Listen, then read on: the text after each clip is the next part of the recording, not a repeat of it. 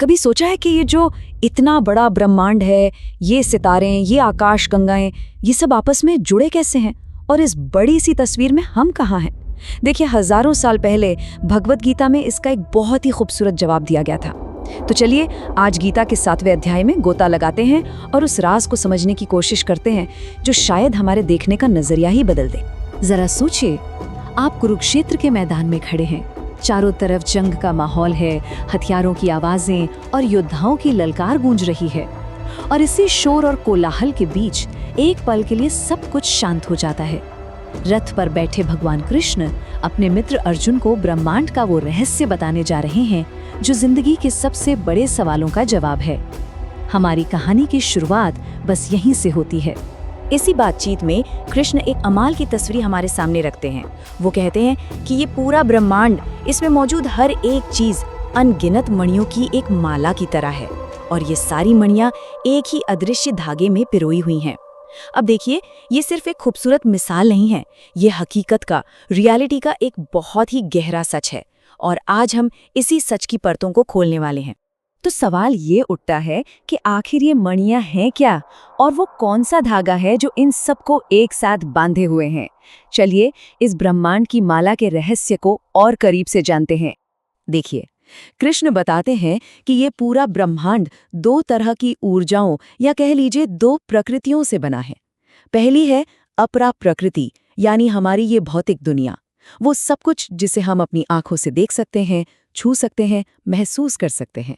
और दूसरी है परा प्रकृति, यानी वो आध्यात्मिक चेतना, वो जीवन शक्ति जो हर चीज में जान डालती है। असल में यही दोनों इस माला की मणियां हैं। तो पहले बात करते हैं अपरा प्रकृति की। ये वो दुनिया है जिसे हम रोज जीते हैं। कृष्ण इसे 8 हिस्सों में बांटते हैं। 5 तो महाभूत हैं, पृथ्वी, जल, अग्नि, वायु और आकाश। और 3 है सूक्ष्म तत्व, हमारा मन, हमारी बुद्धि और हमारा अहंकार। यही वो मणियां हैं जो हमें साफ साफ दिखाई देती हैं। और अब आते हैं परा प्रकृति पर। ये वो चीज है जिसे हम देख नहीं सकते, छू नहीं सकते, लेकिन ये हर जगह है, हर कण में मौजूद है। ये वो चिंगारी है, वो चेतना है जो इस पूरी भौतिक दुनिया को जिंदा रखती है। अगर अपरा प्रकृति यानी भौतिक दुनिया मणियां हैं, तो परा प्रकृति वो रूह है जो उन मणियों को रोशन करती है। अच्छा, अगर एक ही धागा सबको जोड़ता है तो फिर हमें वो दिखाई क्यों नहीं देता? हम चीजों को अलग अलग क्यों देखते हैं? बस यहीं पर कहानी में एक बहुत दिलचस्प मोड़ आता है। क्या कभी ऐसा महसूस हुआ है कि हम इस दुनिया में अकेले हैं, सबसे कटे हुए? हम उस जुड़ाव को, उस कनेक्शन को क्यों नहीं देख पाते जो कहा जाता है कि हम सबको एक साथ बांधता है? ये एक ऐसा सवाल है जो हजारों सालों से इंसानियत को परेशान करता आया है। इसका जवाब कृष्ण देते हैं माया के कॉन्सेप्ट से। माया एक तरह का दिव्य भ्रम है। ये एक पर्दे की तरह है जो हमारी आंखों के सामने पड़ा है और हमें असलियत देखने से रोकता है। इसी माया की वजह से हमें सिर्फ अलग अलग मणियां ही सच लगती हैं और हम उस धागे को पूरी तरह से भूल जाते हैं जिसने सबको एक साथ पिरोया हुआ है। माना कि माया की शक्ति बहुत जबरदस्त है, उसे पार करना बेहद मुश्किल है, लेकिन यहाँ एक उम्मीद भी है। कृष्ण विश्वास दिलाते हैं कि जो लोग सच्चे दिल से उस परम शक्ति को, उस धागे को खोजना चाहते हैं, वो इस पर्दे के पार देख सकते हैं। वो उस एकता को महसूस कर सकते हैं जो हर चीज के मूल में है। तो अब कृष्ण उन 4 तरह के लोगों के बारे में बताते हैं जो माया के इस पर्दे को भेदने की कोशिश करते हैं और उस परम सत्य यानी उस धागे को ढूंढने के सफर पर निकलते हैं। देखिए, परमात्मा तक पहुंचने के रास्ते भी अलग अलग हैं। कुछ लोग तब ईश्वर को याद करते हैं जब वो किसी बड़ी मुसीबत में होते हैं, उन्हें आर्त कहा गया। कुछ अपनी जरूरतों और इच्छाओं के लिए प्रार्थना करते हैं, वो है अर्थार्थी। कुछ लोग बस जानना चाहते हैं, उनके मन में जिज्ञासा होती है, वो है जिज्ञासु। और फिर होते हैं ज्ञानी जो सिर्फ सत्य को समझना चाहते हैं। कृष्ण इन चारों में से ज्ञानी यानी बुद्धिमान इंसान को सबसे श्रेष्ठ मानते हैं। क्यों?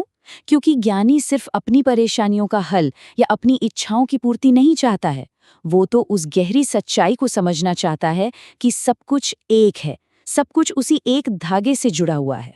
और यहीं से हम पहुंचते हैं उस परम ज्ञान पर, उस अंतिम सत्य पर जिसे एक ज्ञानी आखिरकार समझ जाता है।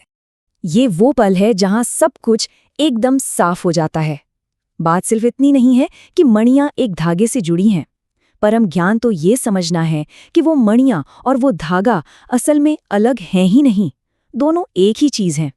वासुदेवः सर्वम, ये 3 शब्द गीता के 7वें अध्याय का पूरा सार हैं। इसका मतलब है सब कुछ वासुदेव ही है, हर चीज दिव्य है, हर कण में, हर जीव में वही एक परम चेतना है। इस सच्चाई तक पहुंचना एक लंबा सफर है।